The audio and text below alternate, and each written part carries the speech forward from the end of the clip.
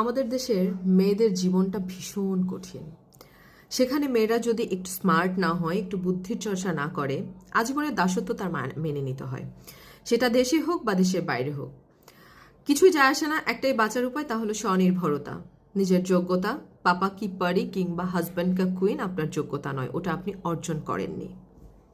পাপা সারা জীবন থাকে না, আজকে আপনার যান কালকে যে ফুসফুস হয়ে যাবে না তার কোনো গ্যারান্টি নেই।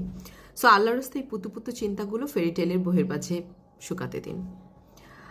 বাস্তবতায় আসেন, প্রতিদিন হাজার হাজার মেয়ের কান্না শুনি। ডোমেস্টিকে ভায়োলেন্সের একমাত্র কারণ হলো মেয়েরা অসহায়, যাওয়ার জায়গা নেই, পরিবার মান সম্মান নিয়ে ভাবে, নিজের মেয়েকেই সাপোর্ট দেয় না। প্রতিদিন ফিজিক্যালি মেন্টালি অনেক মেয়ে অ্যাবিউজড হয়। হাজব্যান্ডের অ্যাডাল্টি মেনে নিতে হয়।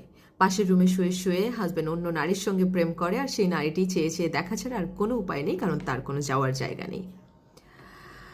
সো তারা ফ্যামিলির কোনো কাজে সহায়তা করে না, বাচ্চার টেক কেয়ারে অংশ নেয় না, জাস্ট বিয়ে করে তারা রাজা।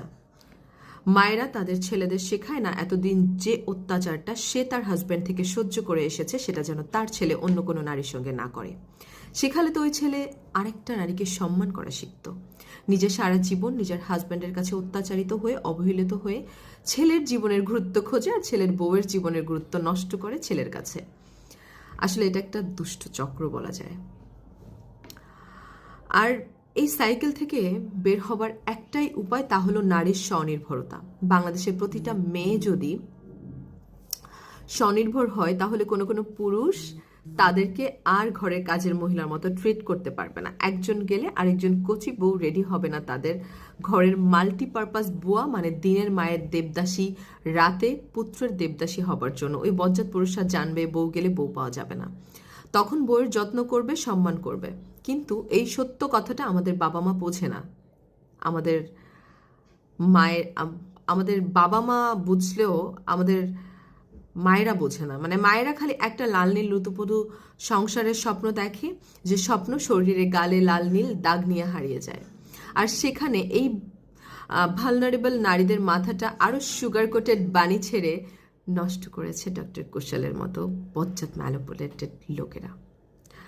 সো আর এটা বোঝার মতো বুদ্ধি অনেক নারীর নাই। ওই যে ভালো মেয়ে হয়ে থাকার টোপ, সে টোপ গিলে ওরা সুখেই আছে। মনে রাখবেন, যে মানুষ আপনার স্বনির্ভরতার অন্তরায়, আপনি বাইরে গেলে স্বনির্ভর হলে মানুষের কোথাও না কোথাও লস, কোনো না কোনো সুবিধা থেকে সে বঞ্চিত হয়।